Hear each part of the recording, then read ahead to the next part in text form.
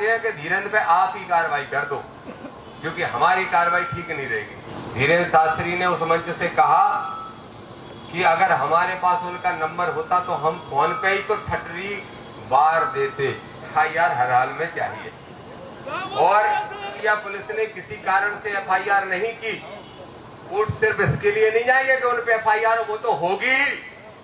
बाबा साहब का संविधान है, किसी के बाप का नहीं है। कार्रवाई नहीं करोगे तो क्षमा करना, हम इसके लिए भी जाएंगे कि आप राजनीतिक दबाव में काम कर रहे हो। कोर्ट कार्रवाई करेगा तो फिर चूंकि आप लोग ने कार्रवाई नहीं की, इसलिए आपको भी हम कोर्ट में घसीटेंगे। जो दतिया में बागेश्वर महाराज पर एफआईआर की मांग को लेकर डीपीएसएस के राष्ट्रीय अध्यक्ष आजाद समाज पार्टी के नेता दामोदर सिंह यादव की अगुवाई में निकाली गई रैली आप तस्वीरों में देख रहे हैं, जहां पर दामोदर यादव के साथ ओबीसी महासभा के राष्ट्रीय कार्यकारी अध्यक्ष रूपेश यादव, चंदला के पूर्व विधायक आरडी प्रजापति एवं गुर्जर महासभा से रामप्रीत सिंह गुर्जर, प्रदीप सिंह गुर्जर, एएसपी के नेता अनिल सिंह गुर्जर सहित कई पदाधिकारी इस आंदोलन में शामिल हुए हैं। आप तस्वीरों में देख रहे हैं, जहां पर एक बड़ा आंदोलन, बड़ी रैली निकाली गई है आजाद समाज पार्टी की, जहां पर आजाद समाज पार्टी के प्रदेश अध्यक्ष इंजीनियर सत्येंद्र राम विद्रोही सहित कई लोग यहां पर मौजूद रहे। केशव सिंह बघेल डीपीएसएस के प्रदेश अध्यक्ष। आप तस्वीरों में देख रहे हैं दतिया की सड़कों पर जमकर हुआ आंदोलन। और जहां तक बात की जा रही है बागेश्वर महाराज पर एफआईआर की मांग कर रहे हैं ये लोग, और आप ये एफआईआर की मांग को लेकर ये दतिया में एसपी कार्यालय पहुंचे, वहां पर धरने पर बैठे। क्या कुछ हुआ है इस दौरान, सुनिए आपकी जन अदालत न्यूज पर। नहीं एफआईआर कराने आए हैं एक ऐसे व्यक्ति के खिलाफ जो संविधान के खिलाफ काम कर रहा है, पहली चीज। दूसरी, धीरेन्द्र शास्त्री ने उस मंच से कहा कि अगर हमारे पास उनका नंबर होता तो हम फोन पे ही तो ठटरी बार देते।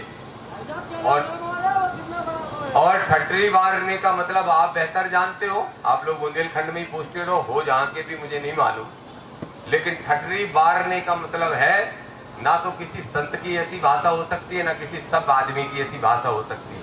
हमने यात्रा रुकवाने के लिए राष्ट्रपति को चिट्ठी लिखी, संवैधानिक तरीके से चल रहे हैं, और धीरेन्द्र क्या कर रहे हैं, ठटरी मार देंगे, तो मतलब हमें मार के जलाना चाहते हैं।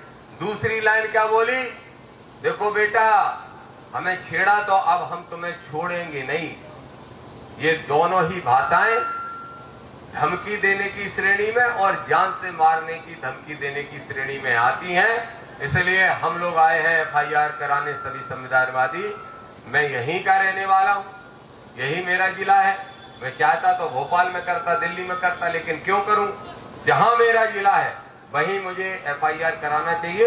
इसलिए हम सब साथी आए हैं, सब साथी आए हैं, गुर्जर महासभा के भी सब साथी आए हैं। सबकी आपसे विनती, अपील, आग्रह एक ही है कि हम लॉ एंड ऑर्डर को मानने वाले लोग हैं, संविधान को मानने वाले लोग हैं, बाबा साहब का सम्मान करने वाले लोग हैं। हम चाहते हैं कि धीरेन्द्र पे आप ही कार्रवाई कर दो, क्योंकि हमारी कार्रवाई ठीक नहीं रहेगी, गैर संवैधानिक हो जाएगी, और गैर संवैधानिक काम हम लोग नहीं करना चाहते। तो हम चाहते हैं कि आप एफआईआर करो। क्यों भाई साथियों, सहमत हो? सहमत हो, एफआईआर होना चाहिए? ठीक है। वीडियो आपके, ये पेन ड्राइव भी हम आपको दे रहे हैं, खूब आराम से देखिए, लेकिन हमें एफआईआर हर हाल में चाहिए। और एक मिनट, अगर दतिया पुलिस ने किसी कारण से एफआईआर नहीं की, हम आज आपको दे ही रहे हैं, आप बता दो कि कब तक आपका फाइनल जवाब आ जाएगा। या तो हम तो चाहते हैं आप अभी एफआईआर कर दो। क्यों भाई विधायक जी, क्योंकि अब तो डली फिर रही है, लेकिन अगर आपका कोई टेक्निकल विषय है तो आप एफआईआर का इसको जांच करने के बाद करना हो तो हमें बता दो कि कब करोगे। अदरवाइज हम कोर्ट सिर्फ इसके लिए नहीं जाएंगे कि उन पे एफआईआर, वो तो होगी। बाबा साहब का संविधान है, किसी के बाप का नहीं है। इधर को आ जाओ, तो वो तो एफआईआर तो होगी ही, लेकिन फिर अगर आप लोग कार्रवाई नहीं करोगे तो क्षमा करना, हम इसके लिए भी जाएंगे कि आप राजनीतिक दबाव में काम कर रहे हो। कोर्ट कार्रवाई करेगा तो फिर चूंकि आप लोग ने कार्रवाई नहीं की, इसलिए आपको भी हम कोर्ट में घसीटेंगे, जो हम नहीं चाहते। तो हमारा आपसे आग्रह है, हमारा आवेदन पॉजिटिविटी के साथ, सकारात्मक सोच के साथ, मानवता की सोच के साथ, सारे दबावों को छोड़ के स्वीकार करते हुए हम लोगों को जो राहत चाहिए, जो न्याय चाहिए पुलिस से, वो देने का काम करें। ठीक है विधायक जी, यही विषय है। सैकड़ों गाड़ियां होने के बावजूद भी एक आपका पुलिस का जवान मुझे कहीं भी दिखाई नहीं दिया।